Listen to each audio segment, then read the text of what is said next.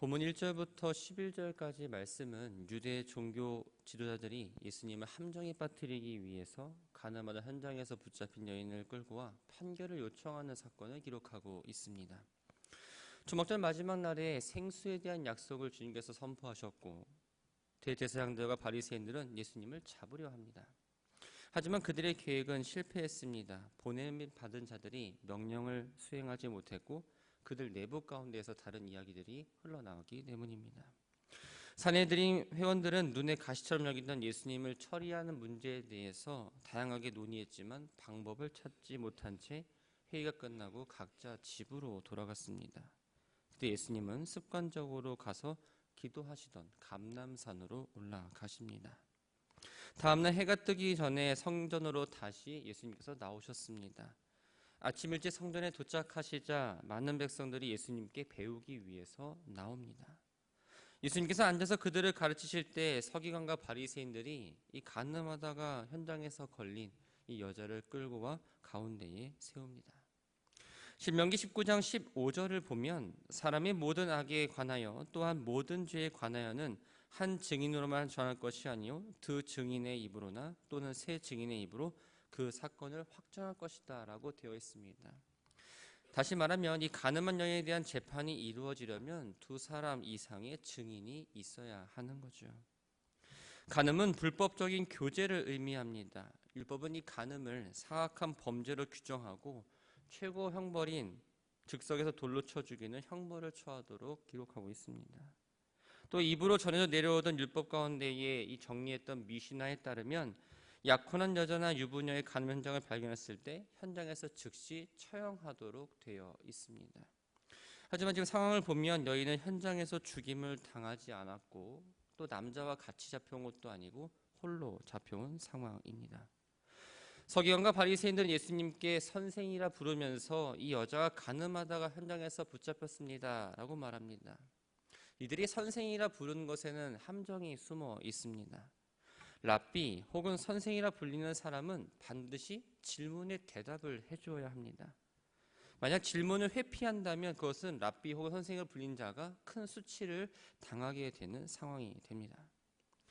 서기관과 바리새인들이 예수님을 존경해서가 아니라 예수님께서 대답하시는 걸 회피하는 걸 막고자 의도적으로 선생이라고 불렀던 거죠.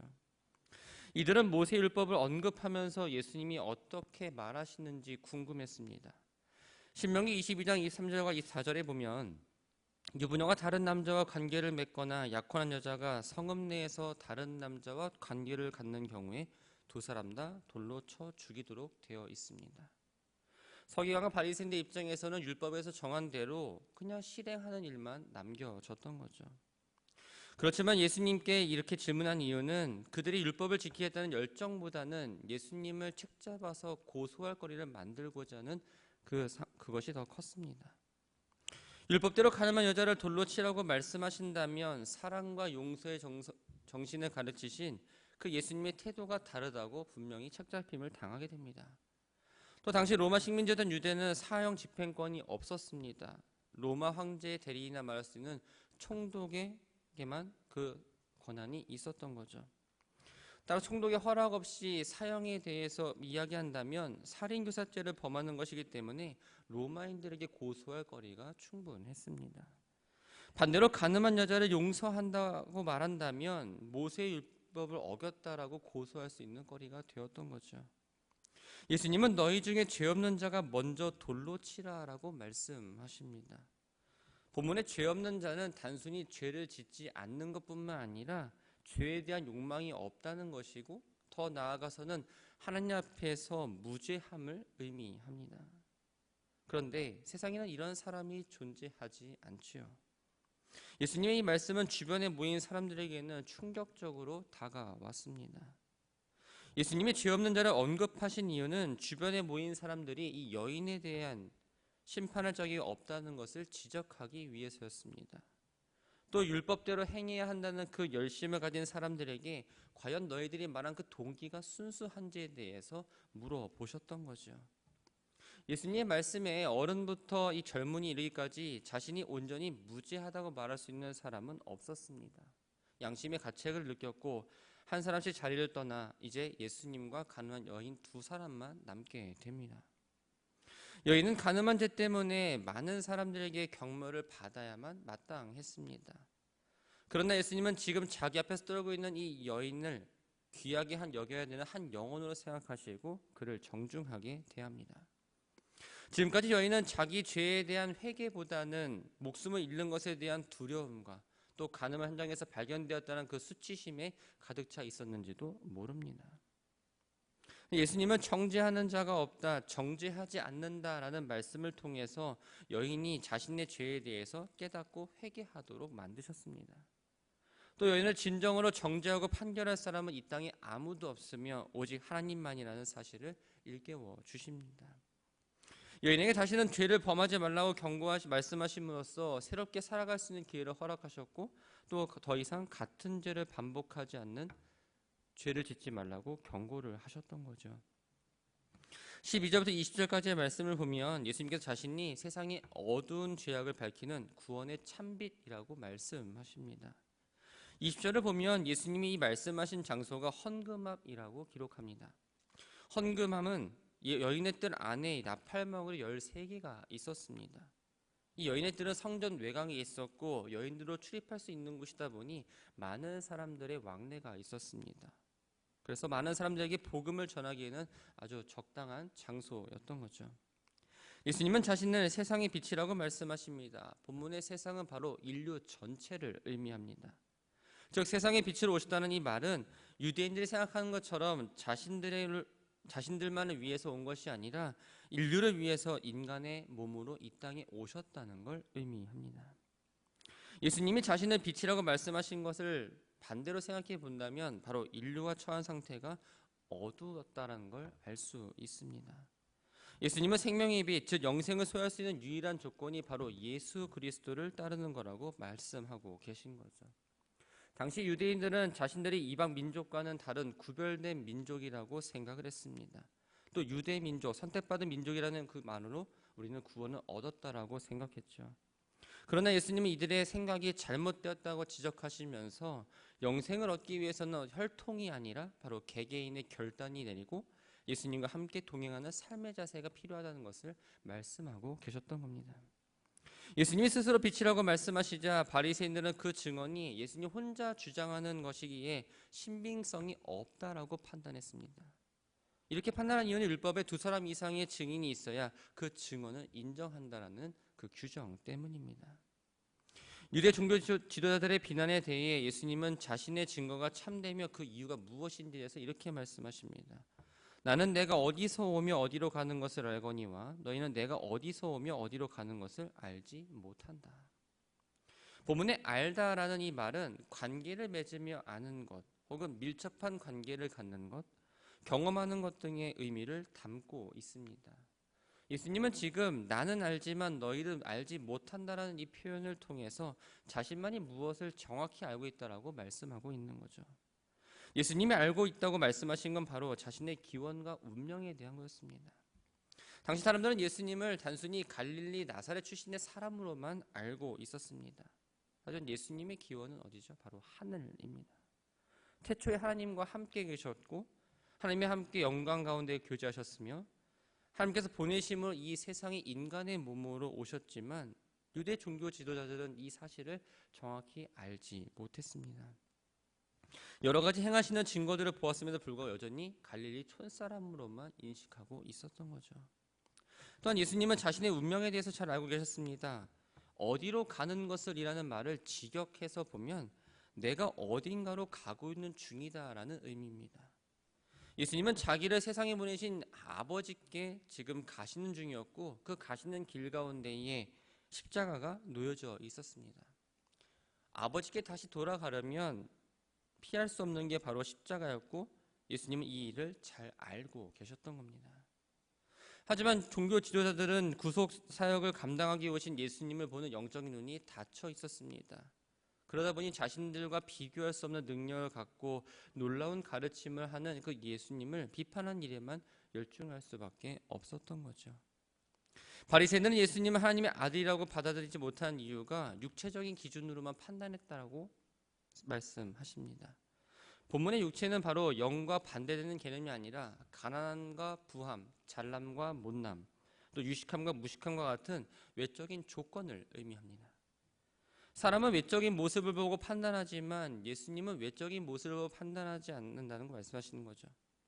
또 예수님은 판단하러 이 땅에 오신 게 아니라 바로 이 땅에 있는 이들을 구원하기 위해서 오셨습니다.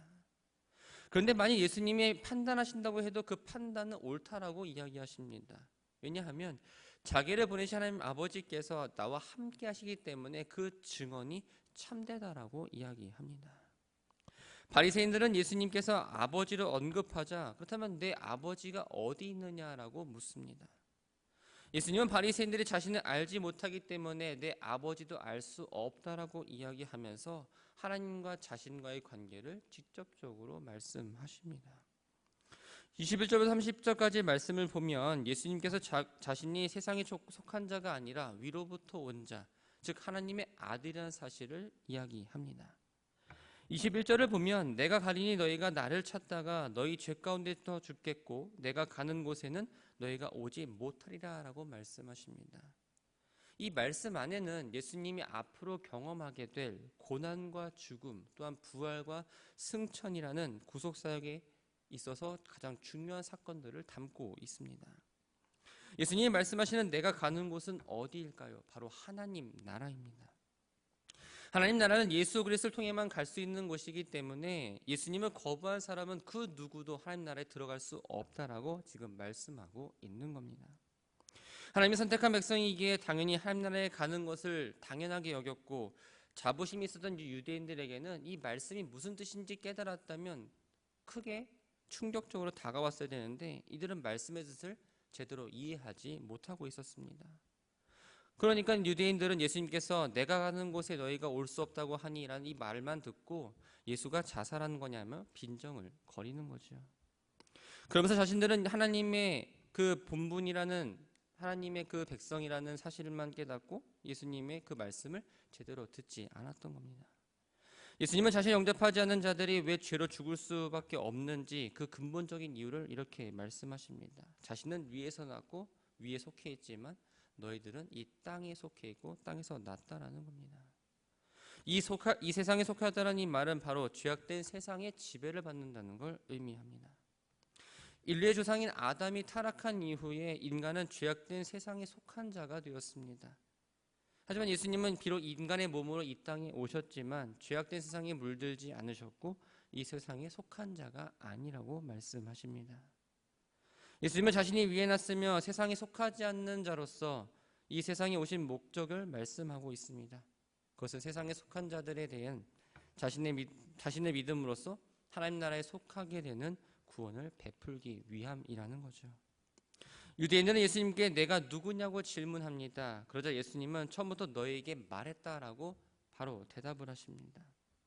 이 말은 예수님께서 태초부터 함께 하셨고 이스라엘 백성들에게 말씀하신 그 계시의 주체가 바로 하나님이라는 사실을 이야기합니다. 예수님은 바리새인들에게 그들에 대해서 판단할 것이 많지만 오직 참되신 하나님의 말씀을 전하는 거라고 이야기하십니다. 다시 말하면 너희들의 어떤 무지와 또한 그 죄에 대해서 판단하시고 그것에 대해서 하실 말이 너무나 많지만 자신의 때가 얼마 남지 않았기 때문에 그것을 자제하시고 오직 영생의 진리에 대해서만 말씀하시겠다라고 하는 겁니다. 하지만 그들이 이렇게 얘기했음에도 불구하고 하나님께서 보내신 분이 예수란 사실을 전혀 인지하지 못했습니다. 예수님은 자신이 들리신 후에야 그들이 예수가 누구인지를 알게 될 거라고 이야기합니다. 들리신 후란 바로 예수님께서 십자가에 달리신 그 이후를 의미합니다. 그때 그들은 예수님이 누구인지 알게 되고 예수님이 말씀하신 내용들이 바로 하나님이 말씀하시는 거라는 걸 명백하게 알게 될 거라는 거죠. 예수님 하나님과의 관계를 조금 더 구체적으로 말씀하십니다. 자신 하나님 보내신 자로서 하나님이 자신과 함께 하시고 혼자 두지 않으신 이유는 항상 하나님이 원하시고 하나님이 기뻐하시는 일을 하기 때문이라고 말합니다. 예수님의 말씀을 들은 많은 사람들은 그 이야기를 듣고 공감하며 예수님을 믿기 시작합니다. 하지만 그들의 믿음은 성숙한 믿음이 아니라 아직 연약한 믿음이었습니다. 말씀을 정리합니다. 어두운 바다를 항해할 때 등대의 빛은 생명의 빛과 같습니다. 예수님은 자신을 세상에 비치며 나를 따르는 자는 어둠을 다니지 않고 생명의 빛을 얻는다라고 말씀하십니다. 인생이라는 어두운 바다를 향해하는 우리는 예수 그리스도라는 빛을 통해서 인생을 살아가고 또 믿음의 길을 걸어가면서 하나님 나라를 향해 한 걸음 한 걸음 나아가고 있습니다. 예수 그리스도를 우리는 따른다라고 말합니다. 따른다라는 이 말은 쉽게 말하면 병사가 지휘관의 말에 순종하는 걸 의미합니다. 예수님을 우리의 인생의 주인, 또한 우리의 왕이라고 우리는 말합니다. 그렇다면 그 말답게 예수님께 복종하고 말씀에 순종하며 그 말씀대로 살아내야 한다는 거죠. 이 땅에 우리는 발을 붙이고 살아가지만 이 세상은 잠시 잠깐 왔다 가는 곳입니다. 이 땅의 새 삶은 바로 하늘나라의 삶을 준비하는 과정입니다. 이 빚으신 예수님을 따라가며 하나님의 나라의 소망을 품고 이 땅에서 주시는 복과 은혜를 누리며 살아갈 수 있지만 이 땅에만 소망을 두고 살아가면 잠시 잠깐 만족할 수 있지만 그 끝은 사망의 길이라는 사실을 우리는 기억해야 합니다. 바라기는 어두움에 방황하는 인생이 아니라 생명의 빛이신 예수님을 믿고 나아가는 우리 모두가 되기를 바랍니다. 또 어두움에 살아가는 이들에게 아직 예수님에 대해서 모르는 이들에게 복음을 전하며 입술로만 아닌 삶으로 복음을 전해 우리가 맡겨진 빛의 역할을 잘 감당하며 나아가는 모두가 되기를 주님의 이름으로 축원합니다.